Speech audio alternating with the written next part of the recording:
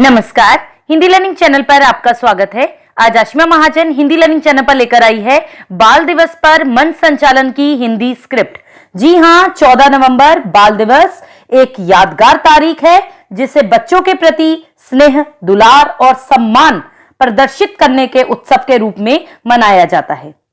बाल दिवस के ऊपर एक और एंकरिंग स्क्रिप्ट मेरे चैनल पर अपलोडेड है ऑलरेडी, जिसका लिंक आपको इस वीडियो के डिस्क्रिप्शन में दे दिया गया है। आपको जो चीजें उस एंकरिंग स्क्रिप्ट में अच्छी लगे, जिसका लिंक आपको इस वीडियो के डिस्क्रिप्शन में दिया है, आप वहां से नोट डाउन कर सकते हैं।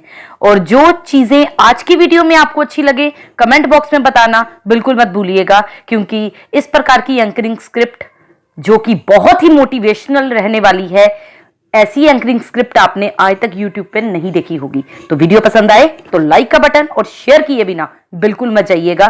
तो आइए बच्चों को इंस्पायर करने वाली मन संचालन प्रस्तुत करें। तो मन संचालन किस प्रकार से करना है और किसे करना है, ये आपके ऊपर निर्भर करता है। मन संचालन प्रस्तुत करते समय जो शुरुआती पंक्तियां होंगी, मैंने इस वीडियो में शुरुआती पंक्तियां अपनी स्वरचित पंक्तियां दी हैं, इन्हें ध्यान से सुन लीजिए। प्रहलाद और नचिकेता जैसे बच्चों को भुला दिया, प्रहलाद और नचिकेता जैसे बच्चों को भुला दिया, ऐसा लगता है जैसे अपनी सभ्यता को हमने सुला दिया।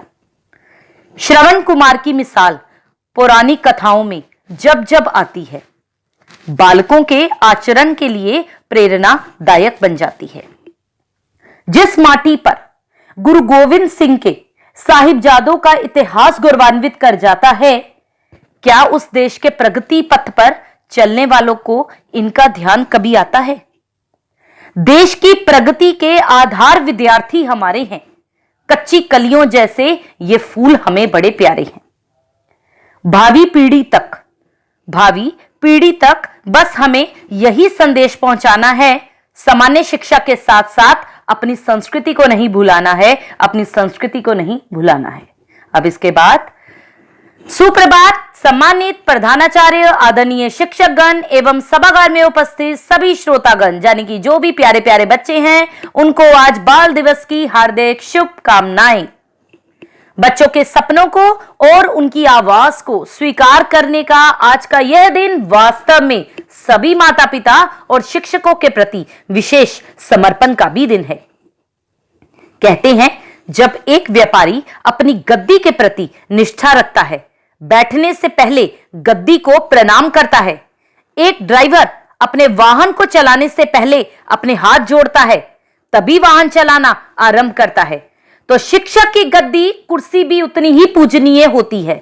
शिक्षक के पास बच्चों धन की कमी, यानी कि धन का अभाव भले ही हो, लेकिन अनुभव और योग्यता की कमी कभी नहीं होती। इसलिए बच्चों को हमेशा अपने शिक्षकों को अपना आदर्श बनाना चाहिए। नियमित गायत्री मंत्र के उच्चारण से मन की एकाग्रता बढ़ती है। इसलिए आज सभी अध्यापक ईश्वर से अपने विद्यार्थियों के मानसिक विकास, बौद्धिक विकास तथा स्मरण शक्ति के लिए प्रार्थना करते हैं। सभी हाथ जोड़कर तथा आंखें बंद कर गायत्री मंत्र का उच्चारण करते हैं। तो गायत्री मंत्र का उच्चारण करने के बाद अगर आपके स्कूल में प्रेयर होती है तो उसके लिए आप ऐड ऑन कर सकते हैं, और प्लेज होता है तो प्लेज के लिए भी आप ऐड ऑन कर सकते हैं। पिछली एंकरिंग स्क्रिप्ट में इससे रिलेटेड मैटर आपको मिल जाएगा। उसके बाद जब भाषण आपको स्पीच दिलवानी है पंडित जवाहरलाल नेहरू पे, क्योंकि आज उनका जन्मदिन भी है, तो देश के प्रथम प्रधानमंत्री पंडित जवाहरलाल नेहरू का जन्मदिन स्कूलों में बाल दिवस के रूप में मनाया जाता है। पंडित नेहरू ने कहा था, आज के बच्चे भावी भारत का निर्माण करेंगे। चाचा नेहरू के बच्चों के प्रति प्रेम के कारण ही इन्हें चाचा की संज्ञा मिली। तो एक जबरदस्त भाषण लेकर हमारे सामने प्रस्तुत हो रहे हैं, जो भी मंच पर बाल दिवस पर और चाचा नेहरू के ऊपर भाषण देना चाहे वो दे सकता है। उसके बाद थॉट ऑफ द डे। मनुष्य के हर विचार का एक निश्चित प्रभाव होता है। मन के विचार हमारे जीवन को उचित दिशा देते हैं। तो आज का सुविचार बाल दिवस पर सभी बच्चों के लिए। मेरा सुविचार कुछ इस प्रकार है, अकेले चलोगे तो हर कठिनाई से लड़ना सीख जाओगे। अकेले चलोगे तो हर कठिनाई से लड़ना सीख जाओगे, और यदि भीड़ में चलोगे तो दूसरों के बनाए साए में ही छिपना पड़ेगा। मैं अपना सुविचार पुनः दोहराती हूं, उसके बाद आप दोबारा ये पंक्ति बोल सकते हैं और धन्यवाद करके जा सकते हैं। कहते हैं अनुशासन विद्यालय शिक्षा का मुख्य आधार है। आज बच्चों के बाल दिवस के रूप में जिस भी प्रोग्राम का आज संचालन हो रहा है, जो भी उत्सव आज मनाया जा रहा है, उस उत्सव में अनुशासन का योगदान बहुत ज्यादा है, यानी कि अनुशासन की महत्वपूर्ण भूमिका है। और अनुशासन से जितनी भी प्रेरणा आपको मिले, जहां अनुशासन के बारे में जितना आपके अध्यापक अच्छे से आपको बता सकते हैं, उतना कोई नहीं बता पाएगा। कहते हैं अनुशासन विद्यालय शिक्षा का मुख्य आधार है। यदि अनुशासन ना हो तो विद्यालय एक भी दिन नहीं चल सकता। अनुशासन के कारण ही हजारों विद्यार्थी विद्यालय में शांतिपूर्वक पढ़ लेते हैं। यदि इतनी भीड़ सड़क पर खड़ी हो जाए तो भारी कोहराम मच सकता है, परंतु अनुशासन के कारण ही यह संख्या नियंत्रित रहती है। तो आज अनुशासन के महत्व को समझाने के लिए कुछ अध्यापक बच्चों के सामने एक लघु नाटिका प्रस्तुत करेंगे, जिससे बच्चों को पता चले कि अनुशासन की सीमाएं अलग अलग होती हैं। तो जोरदार तालियां इस लघु नाटिका के लिए। तो आप अनुशासन के ऊपर एक प्रस्तुति दे सकते हैं, जिससे बच्चों को भी कुछ सीखने का मौका मिले। आजकल राज्य सरकारें नैतिक शिक्षा पर बड़ा जोर दे रही हैं। विद्यालयों में सांस्कृतिक कार्यक्रम होते ही रहते हैं। सांस्कृतिक कार्यक्रमों का प्रभाव जितना करने वालों पर पड़ता है, उतना देखने वालों पर भी। आज के समय में ज्ञान से पवित्र कोई चीज नहीं है। तो अपने बच्चों को संस्कारी बनाने के लिए एक गीत प्रस्तुत किया जा रहा है। जोरदार तालियां इस गीत के लिए। तो आप एक संस्कारों से भरा हुआ गीत बच्चों के सामने प्रस्तुत कर सकते हैं। महाकवि जयशंकर प्रसाद विद्यालय में केवल 7वीं कक्षा तक ही पढ़े थे, परंतु उनकी लिखी पुस्तक एमए के विद्यार्थी सरलता से नहीं समझते। ऐसी ही प्रेरणा विद्यार्थियों को देने के लिए आज एक नृत्य प्रस्तुति के जरिए बच्चों को सीख दी जा रही है कि पढ़ने की भूख क्या होती है।